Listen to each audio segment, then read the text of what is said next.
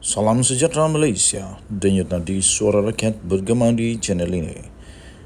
Jangan lupa tekan butang subscribe, like dan share. Malaysia kita punya, cintai Malaysiaku, kita jaga kita.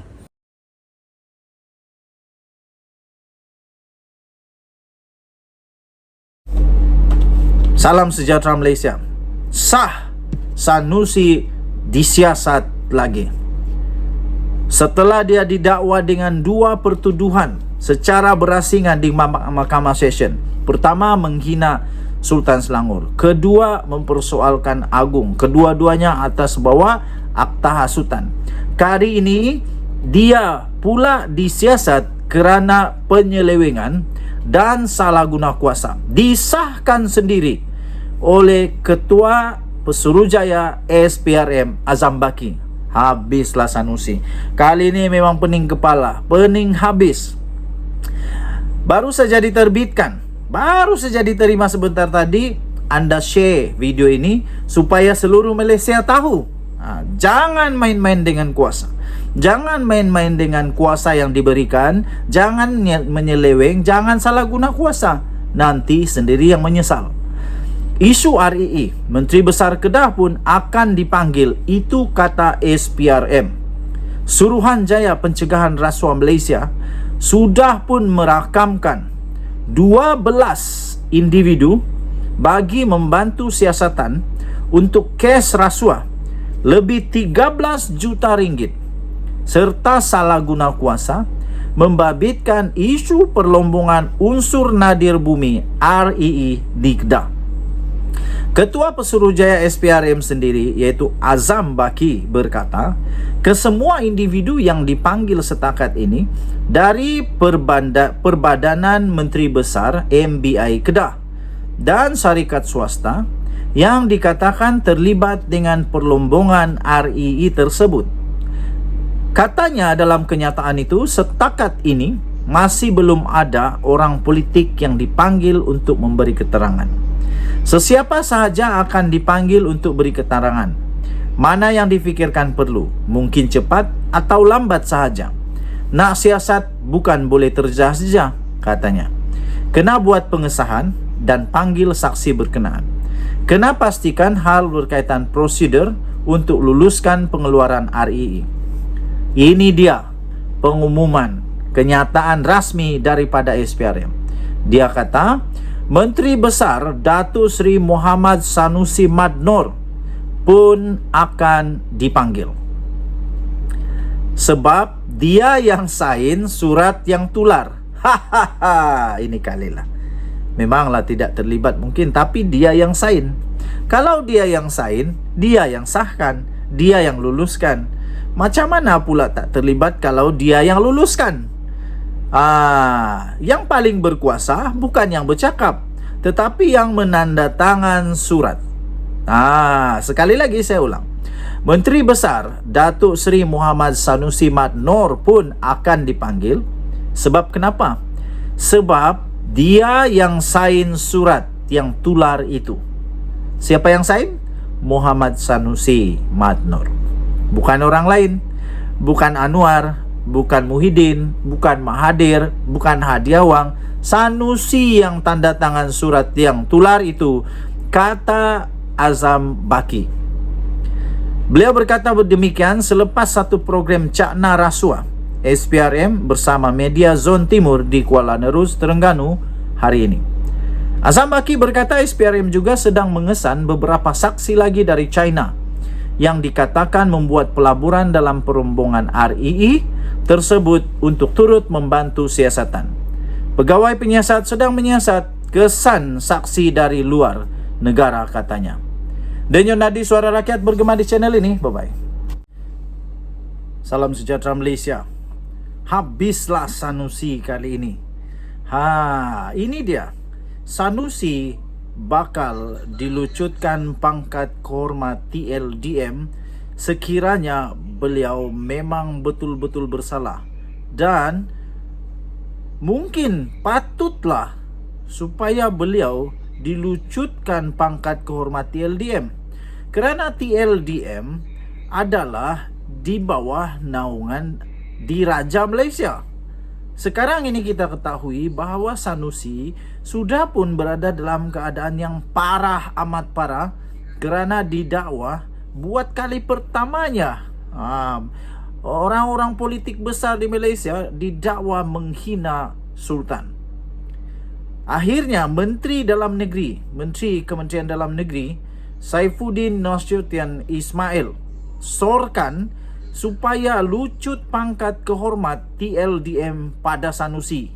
Sekiranya anda setuju, anda boleh tinggalkan komen.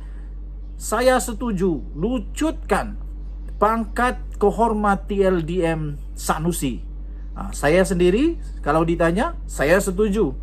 Kenapa? Kerana beliau sudah melepasi had, sudah melepasi limit yang sebenarnya boleh pakai ketika berkempen oleh mana-mana orang politik di Malaysia. Dia sudah melebihi had. Setiausaha Agung BKR Saifuddin Nasution Ismail mencadangkan supaya menarik balik gelaran Laksamana Pertama Kehormat Pasukan Simpanan Sukarela Tentera Laut Diraja Malaysia TLDM yang telah diberikan kepada Muhammad Sanusi Madnor. Ini selepas Menteri Besar sementara itu didakwa telah menghina Sultan Selangor, Sultan Sarafuddin Idris Shah. Sanusi dilantik sebagai Laksamana Pertama Kehormat Simpanan Sukarelawan Tentera Laut Diraja Malaysia pada tahun 2021. Tetapi Saifuddin menegaskan bahawa Sultan Selangor merupakan kapten yang dipertua TLDM. Kali ini memang Sanusi parah. Kerana Sultan Selangor sendiri merupakan kapten yang dipertua TLDM. Baginda mempunyai kuasa yang amat besar dalam TLDM. Sepatutnya Sanusi sedar tentang perkara itu. Sekarang dia sudah menghina Sultan Selangor, Sultan Sarafuddin Idris Shah, dan sepatutnya saya fikir memang layaklah pangkat yang diberikan kepadanya itu dilucutkan serta-merta. Sultan Selangor tu memang TLDM bawa naungannya, kata menteri itu, Menteri Dalam Negeri ini.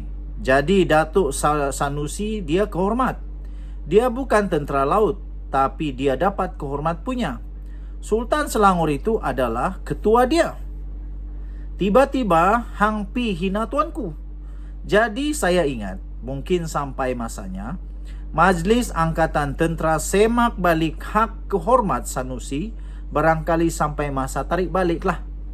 Cabut tuh pasal tak hormat dengan Sultan Selangor, katanya ketika berucap pada satu majlis pelancaran jentera pilihan raya parti bagi kawasan Dun Suka Menanti. Sanusi ketika berceramah pada 11 Julai yang lalu didakwa berkata Kesultanan Kedah adalah satu-satunya di negara ini yang mempunyai susul galur keturunan yang tidak putus-putus berbanding kesultanan lain, dan mempersoal pelantikan Amiruddin Syari sebagai Menteri Besar untuk mengetuai pentadbiran Selangor. Wah, teganya kamu Sanusi. Ini dilihat sebagai satu penghinaan kepada Sultan Selangor yang menyebabkan aduan telah dibuat sendiri oleh Dewan Diraja Selangor. Walaupun Sanusi sudah memohon maaf dan menjelaskan ucapannya itu dipetik di luar konteks, namun pejabat Diraja Selangor kemudiannya menyatakan bahawa Sultan Selangor sudah pun bertitah, iaitu Sultan Sarafuddin Idris Shah telah pun bertitah bahawa isu kenyataan Sanusi yang didakwa menghina baginda itu belum selesai. Pada Selasa, Sanusi dihadapkan ke mahkamah dan turut berdepan pertuduhan hasutan yang berasingan kerana kenyataannya mengenai Yang di-Pertuan Agong. Bagaimanapun, Sanusi tidak mengaku bersalah dan meminta dibicarakan bagi kedua-dua pertuduhan. Lebih baik mengaku je lah. Jangan lawan Sultan. Nanti derhaka. Denyut Nadi Suara Rakyat bergema di channel ini. Kita jumpa lagi. Bye-bye. Salam sejahtera Malaysia. Denyut Nadi Suara Rakyat bergema di channel ini. Ampun tuanku, beribu-ribu ampun, sebab batik mohon diampun.